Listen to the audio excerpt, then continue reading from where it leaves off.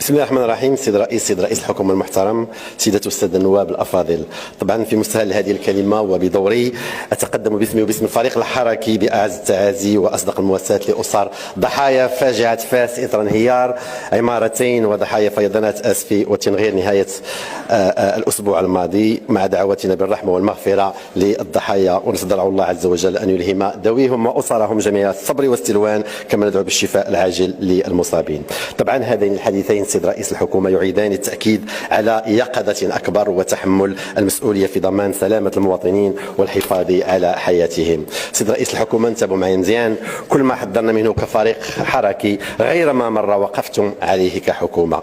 في واحد الجلسة قلنا لكم سهل نصفقوا عليكم، ولكن احنا بغينا المغاربة هم اللي يصفقوا عليكم فرحا بإنجازاتكم، وخمس الدنيا في هذه القاعة ولم تقعد، وكذلك كان الشعب عوض التصفيق خرج للاحتجاج والتنديد. هذه قتل سنين أيضا قلنا لكم ان اللحم من بعد العيد الكبير ما غاديش ينزل الثمن ديالو على 120 درهم، ما خديتوش اجراءات انيه لدعم الكساب المحلي. كذلك كان اللحم بلغ اثمنه غير مسبوقه، بل اصبحنا نستورد اللحوم وما التفتنا للكساب المحلي حتى لهذه السنه، حتى وقع موقع. قلنا لكم استوراد قطيع الاغنام غير مجدي، لاننا غادي ندعموا الكساب الاجنبي في اسبانيا ورومانيا على حساب الكساب المغربي المقهور. وكذلك كان خرج وزيركم في المالية يقول أخطأنا وكان تقديرا غير موفق. ومن هذا المنبر أيضا سبق وأن حضرنا الحكومة في جلسة مساءلة شهرية بحال هذه، وقلت بالحرف أن حياة 700 ألف مواطن مغربي حياتهم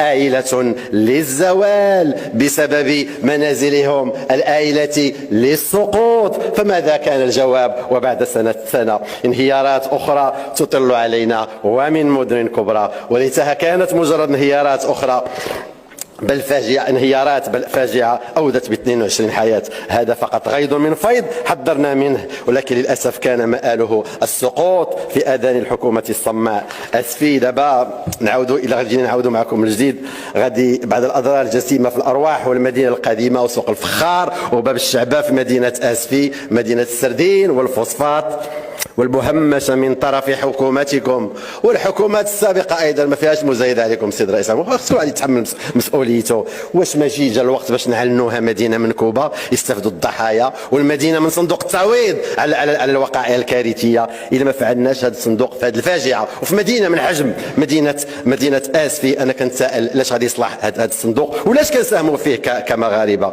وبالمناسبة مرسوم التعويض على الكوارث، أنا في نظري سيد رئيس الحكومة راه هو